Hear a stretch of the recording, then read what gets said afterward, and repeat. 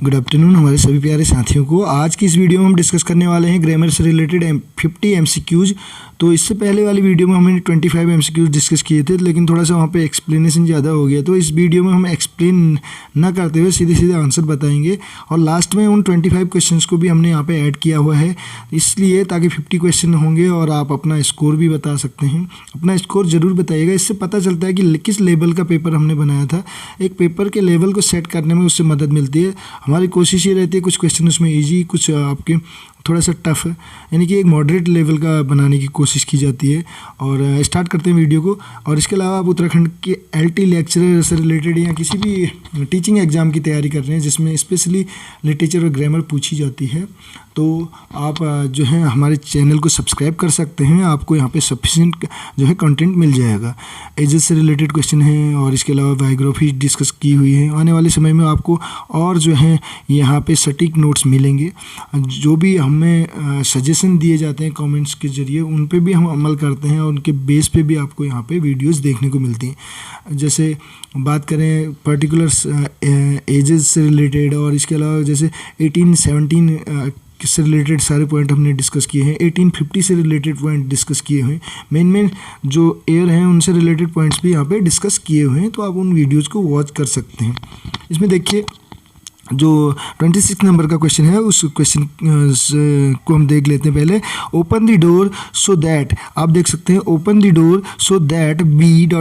Come in. हमें यहाँ पे भरना है, 4 ऑप्शन हैं, आप ऑप्शन देख सकते हैं। हम करेक्ट आंसर की ओर बढ़ेंगे यहाँ पर। तो ये रहा हमारा क्वेश्चन नंबर 26। तो इसमें जो करेक्ट आंसर हो जाएगा वो हो जाएगा कैन। कैन किसको दर्शाता है? एबिलिटी, योग्यता, सामर्थ्य को दर्शाता है। दरवाज़ा खोलिए कहने का मतलब है so that we can come in, ताकि हम अंदर आ सकें। सो दैट का मतलब है ताकि, सो दैट इससे रिलेटेड अगर लास्ट ईयर की बात करें तो LT में भी एक क्वेश्चन पूछा गया था। ये जैसे कोरिलेटिव कंजंक्शन की बात करेंगे, एक वीडियो हम उससे रिलेटेड भी यहाँ पे देखने को मिलेगी जल्दी ही, जिसमें कोरिलेटिव कंजंक्शन होते हैं नॉट ओनली के साथ बट ऑल्सो, नीदर के साथ नॉर, नाइदर नॉर भी बोलते हैं जिसको, ईदर और, ऐसे करके वेदर के साथ भी और लगता है। तो इससे रिलेटेड भी वीडियोज आपको यहाँ पे देखने को मिलेंगी। नेक्स्ट क्वेश्चन की ओर बढ़ेंगे। क्वेश्चन नंबर 27 है, he said that he had not करके हमारे पास है। तो इसमें मोर इंजॉय मूवी करके, तो करेक्ट आंसर हमें बताना है। तो अगर बात करें, जैसे आपने डायरेक्ट इनडायरेक्ट पढ़े हैं, तो ये वाली जो वर्ब है ये रिपोर्टिंग वर्ब है। अगर ये रिपोर्टिंग वर्ब पास्ट टेंस में है तो ये जो रिपोर्टेड स्पीच का सेंटेंस होता है वो भी पास्ट में हो जाता है, बशर्ते वहाँ पे यूनिवर्सल ट्रूथ या हिस्टोरिकल फैक्ट या मैथमेटिकल फैक्ट ये ना हो। तो अगर बात करें यहाँ पे, तो हमारे लिए बहुत ही इजी क्वेश्चन है। इसमें कुछ हमें ऐसा कुछ करने की ज़रूरत है ही नहीं। यहाँ पे देखिए हमें हैड आ रखा है, ही हैड आ रखा है। जब आपको हैड आ जाए, हैज हैव आ जाए, प्रेजेंट परफेक्ट में हैज हैव आता है, पास्ट परफेक्ट में हैड, और फ्यूचर परफेक्ट में विल हैव या शैल हैव, तो इनके साथ सिंपल सा एक रूल होता है, वर्ब की थर्ड फॉर्म यूज की जाती है परफेक्ट में। ठीक है, तो परफेक्ट में वर्ब की थर्ड फॉर्म यूज की जाती है, तो सी की थर्ड फॉर्म होती है सीन। तो हमारे पास ऑप्शन नंबर बी यहाँ पे करेक्ट हो जाएगा, seen. He had not seen, इसका मतलब है उसने नहीं देखी थी। अगर बात करूँ इसी में, जैसे आई हैड सीन, मैंने देखा था। आई हैड सीन, मैंने देखा था। मैं देख चुका था कहने का मतलब है मैंने देखा था। I had seen, I had written, मैंने लिखा था। आई हैड प्लेड, मैंने खेला था। आई हैड टॉट, मैंने पढ़ाया था। आई हैड सॉल्व, मैंने हल किया था। इस टाइप से आप यूज़ कर सकते हैं। जैसे आपने एक सिंपल सा कॉमन सेंटेंस सुना होगा, आई हैव डन, मैंने कर लिया है। आई हैव सीन, मैंने देखा है। I have seen you somewhere, मैंने आपको कहीं देखा है। इस टाइप से आप बना सकते हैं, थर्ड फॉर्म का ही यूज किया जाता है। नेक्स्ट देखिए, दिस ड्रेस नियरली का मतलब है लगभग। ठीक है, जो ये ड्रेस है, अभी अगर इसमें इस सेंटेंस की बात करें तो थोड़ा सा देखिए, ड्रेस इसमें नाउन है, ड्रेस आपको दिख सकती है नाउन, और दिस क्या हो गया यहाँ पे? डिमॉन्स्ट्रेटिव। डिमॉन्स्ट्रेटिव क्या है? ये डिमॉन्स्ट्रेटिव ये है एडजेक्टिव, ये डिमॉन्स्ट्रेटिव एडजेक्टिव है, क्योंकि ये नाउन की विशेषता बता रहा है। ठीक है, और इसी को अगर बात करें, डिमॉन्स्ट्रेटिव एडजेक्टिव है। अगर जहाँ पे एडजेक्टिव ना मिले, आपको डिटर्मिनर मिल जाए, तो वहाँ पे डिमॉन्स्ट्रेटिव उसमें भी आ जाएगा डिटर्मिनर में। ठीक है, determiners are called so called adjective, यानी कि पहले इनको भी एडजेक्टिव ही कहा जाता था। डिटर्मिनर फिक्स करने का काम करते हैं। ठीक, दिस ड्रेस नियरली, तो हमारे पास यहाँ पे 4 ऑप्शन है और करेक्ट आंसर की ओर मैं बढ़ रहा हूँ। यहाँ पे ऑप्शन नंबर सी हो जाएगा करेक्ट। वर्न होता है, वर्न मीन्स घिसा पिटा। Worn out, worn out means this dress is nearly worn out, यानी कि बहुत ज़्यादा क्या हो चुकी है, घिस चुकी है, यानी कि पुरानी हो चुकी है, कहने का मतलब है फट चुकी है, वर्न आउट हो चुकी है, ठीक है। This dress is nearly worn out. Wear वोर वर्न इसकी थर्ड फॉर्म होती है, और ये जब थर्ड फॉर्म जब एडजेक्टिव का काम करें हमने बताया था, तो वहाँ पे क्या हो जाता है, ये पास्ट पार्टिसिपल हो जाता है। जैसे एक इससे पहले वाली वीडियो में भी हमने बताया था, जो हमने पार्टिसिपल से रिलेटेड बनाई थी, रिटन ऑर्डर। एग्जाम कैसा है, जैसे हमारा एग्जाम होता है वो रिटन होता है, लिखित होता है। ऐसी कंट्री कैसी है, डेवलप्ड है। हमने कहा पर्सन कैसे है, एजुकेटेड है, यानी कि थर्ड फॉर्म जब एडजेक्टिव का काम करे वो पास्ट पार्टिसिपल होता है। क्वेश्चन नंबर 29 आप देख सकते हैं, यहाँ पे थोड़ा सा सर्दी जुकाम की वजह से गला बैठा हुआ है, तो हो सकता है आवाज़ में उतना जोश देखने को ना मिले, तो कफ एंड कोल्ड बोल सकते हैं, उसकी वजह से अभी थोड़ा सा मतलब ये मान के चलिए कि अभी खांसी नहीं हो रही, नहीं तो पूरा दिक्कत हो जाती। इसमें देख सकते हैं आगे, fill in the blank with appropriate preposition. तो अप्रोप्रिएट प्रीपोजिशन का हमें यूज करना है, there was dust the carpet. तो करेक्ट आंसर बताना है, अंडरनीथ, टूवर्ड्स, इनसाइड और नियर, 4 ऑप्शन है, और तो करेक्ट आंसर की ओर बढ़ेंगे। करेक्ट आंसर हो जाएगा अंडरनीथ। अंडरनीथ क्यों होता है, जब कोई भी चीज़ किसी चीज़ से ढकी हो, कवर हो, ठीक है, कोई चीज़ किसी के नीचे हो, अंडर में हो, और वो ऑब्जेक्ट क्या हुआ हो, उससे कवर्ड हो, तो उसके लिए क्या किया जाता है, अंडरनीथ यूज किया जाता है। जैसे ये पेड़ है, इसके नीचे कोई बैठा है तो यहाँ अंडर यूज होगा, क्योंकि ये खुला है, ठीक है, कवर्ड तो है लेकिन खुला है। अब यहाँ पे ये कारपेट है, ये कारपेट जैसे अगर फ्लोर पे बिछाई गई है तो इसके नीचे ही बंद है, पूरा बंद है, तो अंडरनीथ कवर्ड है, पूरा ढका हुआ है, ठीक है, तो ये क्या हो गया, अंडरनीथ इसके लिए यूज करेंगे। क्वेश्चन नंबर 30 नंबर का क्वेश्चन आप देख सकते हैं, fill in the blank with appropriate gerund. Gerund भरना है हमें। जेरेंट क्या होता है, आईएनजी फॉर्म ऑफ वर्ब होती है, जिसको बोलते हैं हिंदी में क्रियार्थक संज्ञा। अब देखिए इसमें ही अवॉइडेड, उसने अवॉइड किया। अब आईएनजी फॉर्म बननी है हर, अबाउट हिज प्लान्स, उसने अवॉइड कर दिया अपने प्लान को, अपनी योजना को, उसको क्या, प्रोवाइडिंग, गिविंग, सेलिंग, टेलिंग, तो उसको बताने से इनकार कर दिया ना, अपने प्लान को उसने बताया नहीं उसको, ही अवॉइडेड, उसने अवॉइड किया, अवॉइडेड टेलिंग हर, यानी कि हर का मतलब है सी का ऑब्जेक्ट होता है हर। उसने कोई लड़की थी या कोई महिला थी, उसको अपने प्लान को बताने से इनकार कर दिया, यानी कि अवॉइड कर दिया। मनी मन कहने का मतलब अपने आप में ही वो कर लिया कि मैं उसको नहीं बताऊँगा करके, ठीक। तो आईएनजी फॉर्म टेल की आईएनजी फॉर्म टेलिंग यूज हो जाएगी। ये नॉन फाइनाइट वर्ब का फॉर्म है जेरेंड। नॉन फाइनाइट में 3 चीज़ें आती हैं, क्लास 10th में भी है टॉपिक। जेरेंड आता है, दूसरा इन्फिनेटिव आता है 2 + B1, और मैं यहाँ शॉर्ट में लिख रहा हूँ इन्फिनेटिव, तीसरा पार्टिसिपल आता है, ठीक। तो 3 चीज़ें आती हैं नॉन फाइनाइट वर्ब में। फाइनाइट और नॉन फाइनाइट पे ऑलरेडी वीडियो बनाई हुई है, अगर फिर भी आपको कहीं पे दिक्कत हो तो आप बोल सकते हैं। नेक्स्ट टाइम हम इसी पे एक वीडियो यहाँ पे आपको देखने को मिल जाएगी इजी वे में, उसमें एक्सप्लेन कर दिया जाएगा इसको। बहुत इजी टॉपिक है, ज़्यादा टफ नहीं है, ठीक। 31 नंबर का क्वेश्चन हमारे पास, fill in the blank in the following sentence. Blank को भरना है हमें, खाली स्थान को भरना है एप्रोप्रिएट इन्फिनेटिव का यूज करके। इन्फिनेटिव यूज करना है। इन्फिनेटिव क्या होता है, 2 + B1 होता है, तो देख सकते हैं explaining, explain, in explaining, to explaining करके यहाँ पे 4 ऑप्शन हमारे पास है। क्वेश्चन नंबर 31, तो यहाँ पे हो जाएगा क्या, देखिए इसमें थोड़ा सा गलत हो रखा है, एक्सप्लेनिंग ना होके यहाँ पे टू एक्सप्लेन है, क्योंकि B1 लगता है, 2 + B1 होता है। इन्फिनेटिव क्या होता है, ध्यान रखिएगा, 2 + B1 होता है, ठीक है।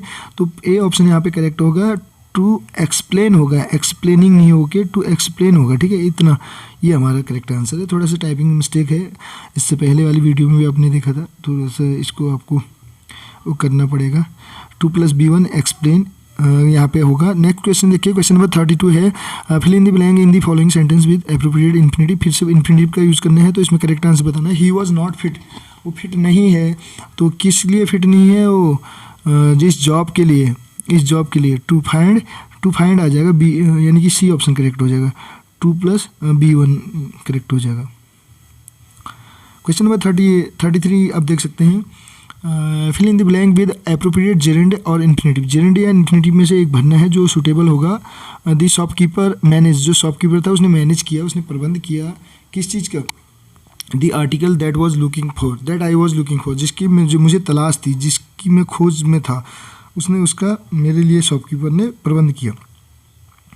तो the shopkeeper manage to find हो जाएगा यहाँ पे 2 + B1 का यूज हो जाएगा इन्फिनेटिव का। My mother would never do anything, मेरी माता जी कुछ भी नहीं करेंगी, कहने का मतलब है कभी नहीं, यानी कि वुड नेवर डू एनीथिंग, कभी कुछ नहीं करेंगी, दैट जो कि क्या हो, अगेंस्ट हर कॉन्सेंस, जो कि उनके मन के, उनके कॉन्सेंस, उनके यानी कि जैसे मन की अवस्थाएं होती हैं ना, conscious mind, unconscious, semi conscious करके, तो वहीं से वर्ड है कॉन्शियस, जो उनकी चेतना के विपरीत हो ऐसा कोई काम नहीं करेंगे, अगेंस्ट हो। तो यहाँ पे ऑप्शन क्या आएगा हमारे पास? Would have gone, will go और वेंट, 4 ऑप्शन है। तो करेक्ट आंसर हो जाएगा वेंट। क्यों आएगा वेंट? देखिए, क्योंकि ये ऑलरेडी पास्ट है, विल का पास्ट क्या हो जाता है? वुड, तो यहाँ पे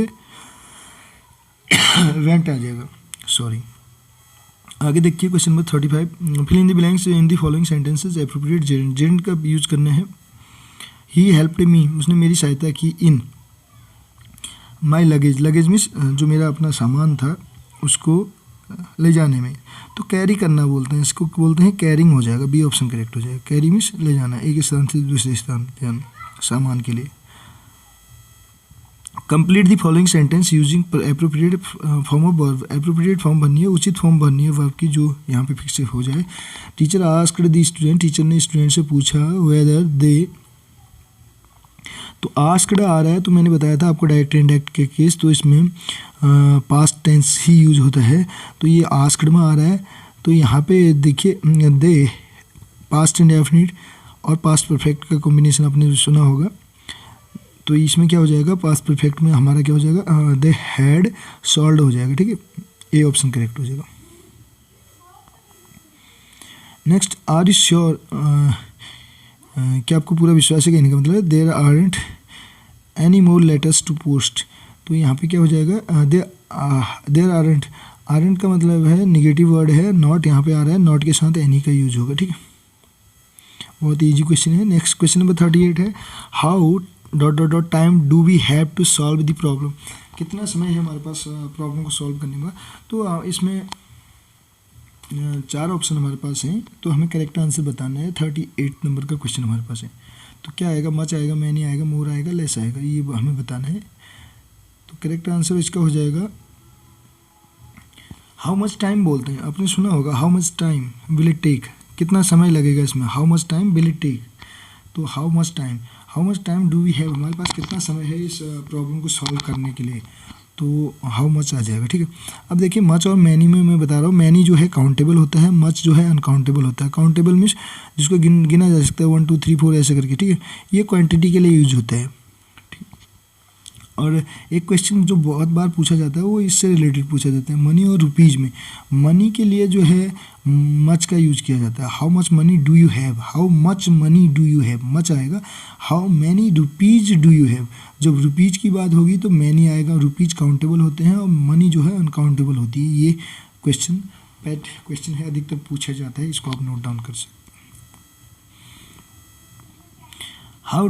times have I asked you not to waste your precious resources, कितनी बार मैंने आपसे कहा है कि अपने जो है प्रीशियस रिसोर्सेज हैं उनको वेस्ट ना करें। तो हाउ यानी कि यहाँ पे अब क्या आएगा, देखिए तो हाउ मच टाइम, हमारे पास कितना समय है वो पूछा जा रहा था। अब यहाँ पे मैंने कितनी बार आपसे कहा है, how many times I have I asked, यानी कि मैंने कितनी बार कहा है। परसुएशन होते हैं, जैसे आपने देखा होगा, अपनी बात को मनवाने के लिए मैंने आपको कितनी बार कहा है, इसका मतलब ये नहीं होता है कि मैं आपसे आंसर पूछ रहा हूँ कि 10 बार का है 20 बार का है, ये होता है अपनी बात को मनवाने के लिए। जैसे क्लास में कोई बच्चा हल्ला कर रहा है, मैंने उससे बोला कि मैंने आपसे कितनी बार कहा है कि आपको हल्ला नहीं करना है, तो ये परसुएशन बोलते हैं, अपनी बात को मनाने के लिए, यानी कि मैंने बहुत बार रिपीट कर दिया उसके बाद भी आप हल्ला कर रहे हैं, तो हाउ मैनी आ जाएगा यहाँ पर, याद रखिएगा इसको। क्वेश्चन नंबर 40 है हमारे पास, और ... still remains to be done, अभी भी किया जाना जो है बाकी है, क्या? अ लॉट आता है, अ लॉट, अलॉट बोला जाता है, और क्वाइट नहीं बोला जाएगा। जैसे थैंक्स अलॉट आपने सुना होगा, तो ऐसे ही a lot still remains to be done, अभी बहुत कुछ जो है किया जाना बाकी है। क्वेश्चन नंबर 41 है फ्यू स्टूडेंट्स, तो very few, a few, the few, ऐसे करके हमने इससे पहले वाली वीडियो में बताया था। तो कहने का मतलब few student who had weighted also left after while, कुछ समय बाद वो भी चले गए, जो बचे थे वो भी चले गए, जो वेट कर रहे थे कहने का मतलब वो भी चले गए। तो इसमें आ जाएगा द फ्यू। द फ्यू का मतलब है जितने भी स्टूडेंट वहाँ पे वेट कर रहे थे वो सबके सब चले गए। और ये क्वेश्चन तो बहुत ही इजी है, ये आपने बहुत बार सुना भी होगा, you will have heard many times. A little knowledge is a dangerous thing, अज्जल गगरी छलकज्जाई बोला जाता है, उसी का ये है अ लिटिल नॉलेज। थोड़ा बहुत जो ज्ञान होता है, आधा अधूरा ज्ञान बोलते हैं ना, खतरनाक होता है। क्वेश्चन नंबर 43 देख सकते हैं, dot dot dot my books still missing. तो इसमें हमें करेक्ट आंसर बताना है। क्वेश्चन नंबर 43 में नन, फ्यू, वन और मैनी, तो इसका करेक्ट आंसर क्या हो जाएगा? 1 हो जाएगा। क्या हो जाएगा इसका correct answer? C option correct हो जाएगा 1। वन ऑफ माई बुक्स, जो मेरी किताबें हैं उनमें से एक अभी भी मिसिंग है, अभी भी खोई हुई है, कहने का मतलब अभी भी नहीं मिली है। दे लेफ्ट अबाउट, वो निकल गए थे लगभग, तो करेक्ट आंसर हो जाएगा एन आर बोलते हैं, 1 आवर नहीं बोलते हैं, क्योंकि एच आर में एच साइलेंट होता है, तो एन आर लगता है, ठीक है, 1 घंटे के लिए याद रखिएगा। हाफ एन आवर बोला जाता है या एन आर बोला जाता है, आधा घंटा बोलें तो हाफ एन आवर, और 1 घंटे की बात करें तो एन आवर, ठीक है, एन आवर या एन आर जो आप बोलें। और दूसरा कीवर्ड आप देख लीजिए, यहाँ पे जो एगो आ रखा है, एगो, लास्ट, पास्ट, यस्टरडे, ये पास्ट इंडेफिनिट के कीवर्ड है। All of us were surprised, हम यानी कि ऑल ऑफ अस, हम सभी क्या थे? वर सरप्राइज्ड, आश्चर्यचकित थे। किस पे? हिज एटीट्यूड, उसका एटीट्यूड देखकर, उसका रवैया देखकर, उसका एक काइंड ऑफ बिहेवियर बोल सकते हैं, एटीट्यूड, रवैया बोलते हैं Hindi word.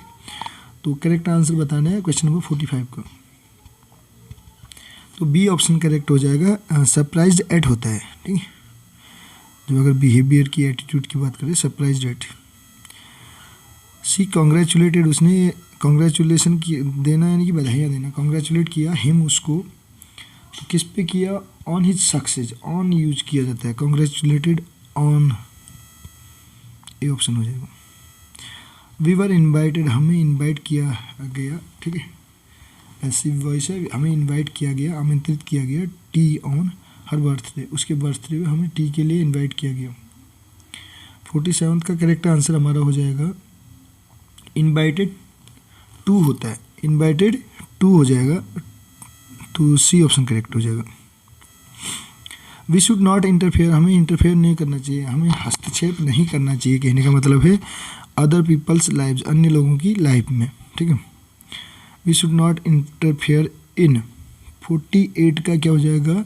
D option correct हो जाएगा, इंटरफेयर इन हो जाएगा यहाँ पर, ठीक। The building was soon covered, जो बिल्डिंग है उसको जल्दी ही कवर कर दिया जाएगा, किसके द्वारा? कवर जब किसी से किया जाता है तो विद यूज किया जाता है, तो ऑप्शन नंबर बी आ जाएगा correct, covered with flames. The cat jumped, cat ने जंप किया टेबल पर, तो क्या होगा? तो इसमें कैट ने टेबल पर जंप किया, जब कैट ने जंप किया तो कैट हो सकता है कैट ऊपर होगी, और ऊपर होगी तो क्या बोलेंगे? ऐसे जंप कर रही है टेबल पे, तो अपॉन क्या यूज कर दिया जाएगा? मीन्स ऑन टॉप ऑफ, उसके टॉप पे उसके द्वारा क्या किया गया? जंप किया गया, तो अपॉन हो जाएगा, जंप्ड अपॉन हो जाएगा, ठीक है।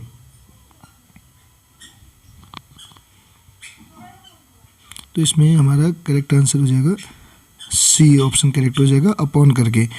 नेक्स्ट देखिए, इसमें क्वेश्चन नंबर 51 है, तो हम 51 नंबर का क्वेश्चन यहाँ पे डिस्कस ना करके हम यहाँ पे वापस आते हैं पहले नंबर के क्वेश्चन पे, जो इससे पहले हमने डिस्कस किए हुए थे पहली वीडियो में। तो वहाँ पे टाइम लगा था, तो इसमें जल्दी जल्दी हम जाएंगे। तो आप देख सकते हैं कि आपने जो पिछली बार देखा था उसमें से कितना आप जो है अभी कवर कर पाए हैं, इसको आप चेक कर सकते हैं। तो स्पीड से चलेंगे। यहाँ पे इफ़ यू आ रहा है, तो इसमें हमने बताया था जब इफ़ वाला जो पोर्शन बनता है, जो क्लॉज होता है जहाँ पे फ्यूचर इंडेफिनिट की बात हो दूसरे वाले में, तो एक प्रेजेंट इंडेफिनिट में बनता है। इफ़ यू गो, अगर आप जाते हैं विद हिम, उसके साथ, he will give you a pen, तो आप आपको पेन देगा। एक जो जिसमें क्लॉज होगा, इफ़ होगा, व्हेन होगा, वो आपका प्रेजेंट इंडेफिनिट में बनता है, दूसरा फ्यूचर इंडेफिनिट में, याद रखेंगे। नेक्स्ट क्वेश्चन की ओर बढ़ेंगे। यू वुड बी इल, आप बीमार पड़ जाएंगे। इफ़ यू बीमार हो जाएंगे कहने का मतलब अगर आपने ज़्यादा खाया तो इफ़ यू ऐड करके यहाँ पे बी ऑप्शन करेक्ट हो जाएगा, बी ऑप्शन करेक्ट हो जाएगा। नेक्स्ट क्वेश्चन की ओर बढ़ेंगे। यहाँ पे क्वेश्चन नंबर 3 है इफ़ यू वर करके हमारे पास क्वेश्चन, तो इसमें हमारा ऐट आ जाएगा बी ऑप्शन सेकंड वाले में। थर्ड वाले की ओर बढ़ेंगे हम। If you were a fish, अगर आप मछली होती तो क्या करते, दैट कैट, जो कैट है वो आपको क्या कर लेती, पकड़ लेती कहने का मतलब, तो वुड हैव आ जाएगा क्योंकि ये इमेजिनेशन टाइप का है, होती तो ऐसा हो जाता। ठीक है, देखिए आई होप यू, मैं उम्मीद आशा करता हूँ कि क्या इसमें हमारे पास 4 ऑप्शन है। यू डू नॉट फॉरगेट करके हो जाएगा करेक्ट आंसर। प्रेजेंट की अगर बात करें तो हैव नॉट फॉरगेटन आएगा ना परफेक्ट का, हैड वुड नॉट का तो यूज हो नहीं सकता पास्ट का, तो डू नॉट फॉरगेट आ जाएगा। नेक्स्ट क्वेश्चन देखिए, बाय नेक्स्ट जून, अगले जून तक आप क्या कर लेंगे कहने का मतलब, ही विल हैव, वो लिख चुका होगा, यानी कि he will have written next novel, ये ऑप्शन करेक्ट होगा। नेक्स्ट क्वेश्चन की ओर बढ़ेंगे। क्वेश्चन नंबर 6 है, how many times have I के साथ अगर हम बात करें तो आई हैव वर्ब की थर्ड फॉर्म यूज होती है, तो टोल्ड वाला ऑप्शन करेक्ट हो जाएगा। टोल्ड वाले ऑप्शन हमारे पास ए और सी है। How many times have I told you not to do that, यानी कि सी ऑप्शन करेक्ट हो जाएगा। ठीक, हैव डन वाला होगा नहीं, ये सी ऑप्शन करेक्ट हो जाएगा। जब अगर एक बार आ जाए तो दूसरी बार भी इन्फिनिटिव के रूप में आती है, टोल्ड के बाद to do, not to do, तो सी ऑप्शन करेक्ट हो जाएगा। कैन यू टेल मी, क्या आप मुझे बता सकते हैं, जब एक क्वेश्चन हो जाए तो उसके साथ हमने बताया था कि पॉजिटिव फ्रेम बनता है, दोबारा दूसरा क्वेश्चन बन नहीं सकता। तो can you tell me why you are so sad, ये हो जाएगा। वाई आर यू ना होके वाई यू आर होगा। ठीक, सब्जेक्ट के बाद फिर वर्ब आएगी। नेक्स्ट क्वेश्चन, आई स्कॉल्डेड माई सन, मैंने अपने बेटे को डांटा, किस लिए डांटा, so that is why he is sulking, क्यों, क्योंकि दैट इज़ वाई कारण बताने के लिए, ही इज़ सल्किंग, ये ऑप्शन हो जाएगा, डी ऑप्शन करेक्ट हो जाएगा। नेक्स्ट देखिए आगे 9th नंबर का है, complete the following sentence using the correct model axillary का यूज़ करना है। यू लाफ, तो 4 ऑप्शन है, कांट, कुडंट, शुडंट, यानी कि आपको नहीं हंसना चाहिए कहने का मतलब है। फुल स्टॉप आएगा इस सेंटेंस के अंत में। You should not laugh at his mistake, आपको उसकी गलती पे नहीं हंसना चाहिए, सजेशन दिया जाता है should not. We would like, हम पसंद करेंगे, क्या पसंद करेंगे, सम मोर हेल्प, कुछ और हेल्प आपसे पसंद करेंगे। ठीक है, क्वेश्चन नंबर 11, तो इसमें 4 ऑप्शन है, तो करेक्ट आंसर हो जाएगा और better solution can be still worked out, इससे बेहतर सॉल्यूशन जो है इस पे काम कर सकता था कहने का मतलब। क्वेश्चन नंबर 12 आप देख सकते हैं, देयर इज़ हार्डली ये निगेटिव वर्ड होते हैं, हार्डली और स्कार्सली निगेटिव वर्ड होते हैं, इनके साथ एनी का यूज होगा। ही इज़, क्वेश्चन नंबर 13 है, ही इज़ करके है last candidate to be interviewed, जिसका इंटरव्यू लिया जाना है, लास्ट कैंडिडेट है, he is the last candidate.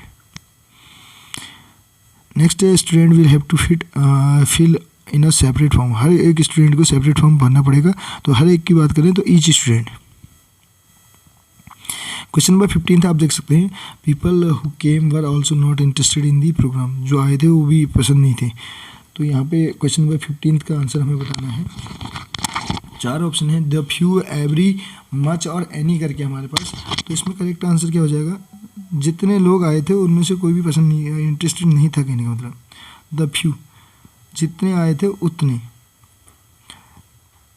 Few countable होता है और दूसरा लिटिल अनकाउंटेबल होता है। इसमें देखिए, आई डू नॉट, मैं नहीं जानता, I don't know what he wants, वो क्या चाहता है या वो जो चाहता है मैं उसके बारे में नहीं जानता कहीं, मतलब। क्वेश्चन नंबर 17 आप देख सकते हैं, सी डॉट डॉट डॉट दी जॉब लास्ट ईयर। लास्ट की बात हो तो हमने बताया था पास्ट इंडेफिनिट होता है तो सेकंड फॉर्म यूज होगी। She left the job last year. Many a flower, तो मैनी अ फ्लावर आ रहा है तो इसमें क्या हो जाएगा, हेल्पिंग वर्ब कौन सी आ जाएगी, सिंगुलर की यानी कि इज। बी ऑप्शन करेक्ट होगा। Next, one of my books, मेरी जो किताबें हैं उनमें से एक मिस है, हमने इस क्वेश्चन को डिस्कस भी किया था, तो इज आएगा।